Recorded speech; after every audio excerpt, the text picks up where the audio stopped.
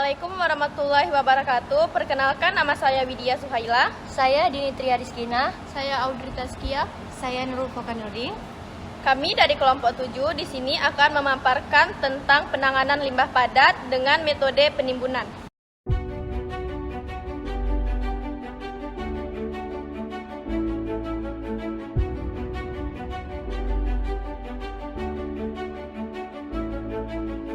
Penimbunan limbah terdapat dua cara yang umumnya dikenal, yaitu metode penimbunan terbuka atau open dumping dan metode sanitary landfill, di mana metode sanitary landfill merupakan sistem pengolahan atau pemusnahan sampah dengan cara membuang dan menumpukan sampah di lokasi cekung, memadatkannya dan kemudian menimbunnya dengan tanah.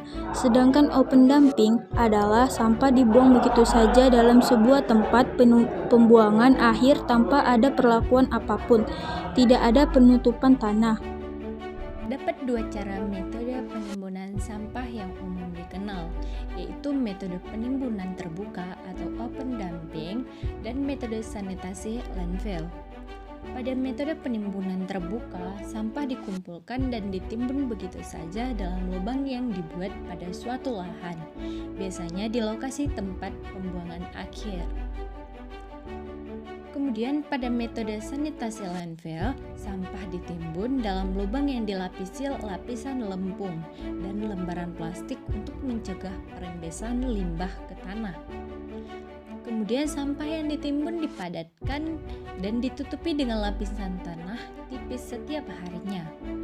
Nah, dari kedua metode penimbunan sampah tersebut terdapat beberapa kelebihan seperti mengurangi pencemaran tanah, menghindari ledakan gas metana, penghasil gas, serta menambah nilai ekonomis dari sampah yang dihasilkan.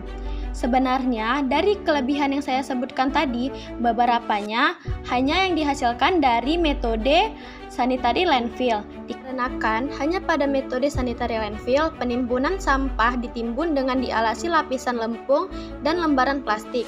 Hal inilah yang menjadikan tanah maupun air tidak tercemar. Kemudian, pada metode sanitary landfill juga sampah dipadatkan ditutupi dengan lapisan tanah setiap hari.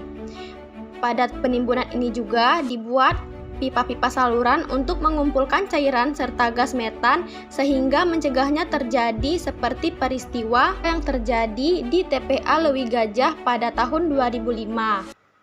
Nah, kalau kekurangan dari dua metode ini apa aja ya? Yuk disimak. Dari kedua metode tersebut memiliki kekurangannya tersendiri, seperti membuang sampah begitu saja di TPA atau disebut juga dengan metode open dumping.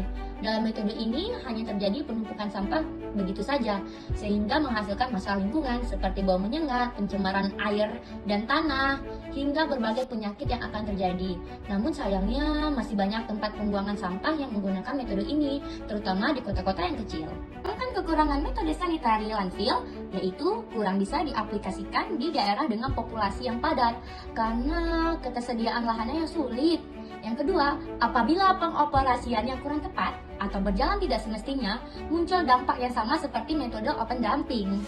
Nah, jadi kesimpulan yang dapat kita ambil adalah pengolahan sampah yang baik pastinya akan menguntungkan banyak pihak. Tidak hanya untuk kepraktisan manusia saja, namun juga untuk lingkungan yang menjadi tempat untuk penampungan sampah. Sanitary landfill adalah salah satu metode pengolahan sampah yang modern dan efektif untuk digunakan di tempat penampungan sampah.